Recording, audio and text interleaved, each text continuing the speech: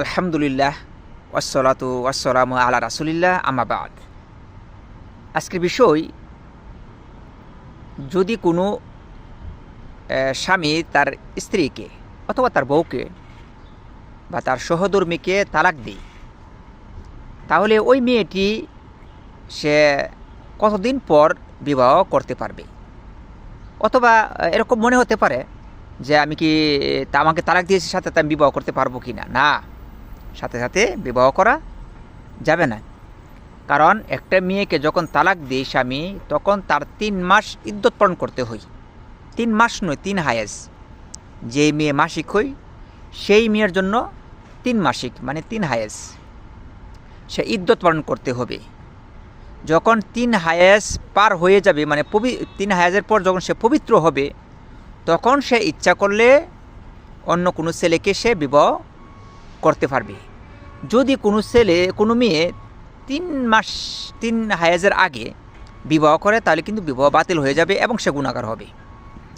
কারণ 3 হায়েজের আগে বিবাহ করা জায়েজ নয়, বরং ওই বিবাহ বাতিল হয়ে যাবে। আর আরেকটি গুরুত্বপূর্ণ বিষয় হলো যে, যেই মেয়ে হায়েজ হয় না বা তার মাসিক হয় না, তাহলে তার জন্য করণীয় কি? হ্যাঁ, তার জন্য হলো 3 মাস। তার জন্য হলো 3 মাস। সে 3 মাস অপেক্ষা করবে। 3 মাস পর যদি সে ইচ্ছা করে অন্য কোনো ছেলেকে বিবাহ করতে, সে বিবাহ করতে পারবে। কিন্তু 3 মাসের আগে সে কখনো বিবাহ করতে পারবে না। এটা হইল যদি কোনো স্বামী তার স্ত্রীকে তালাক দেয়, এটা সহবাসকৃত স্ত্রীকে। আরেকটা বিষয় হলো যে, একজন স্বামী বিবাহ করেছে কিন্তু তার সাথে সহবাসী হয়নি, তাহলে ওই মেয়েটি কতদিন ইদ্যত পালন করবে?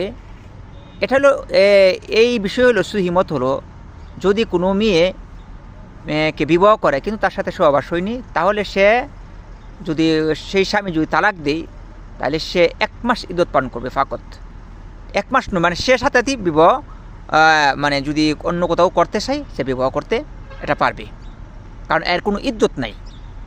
কারণ মূলত কথা হলো যে তার সাথে সহবাস হয়নি, এই জন্য এর কোনো ইদ্যত হবে না। তাহলে এই বিষয়গুলো আমাদের, এটা খুবই গুরুত্বপূর্ণ বিষয়, এগুলি আমাদের খুবই জানার বিষয়। এই বিষয়ে অনেক সময় আমাদের মা বোনেরা ভুল করে থাকেন, এই জন্য এগুলি মানুষকেও জানানো। আল্লাহু আ'লাম।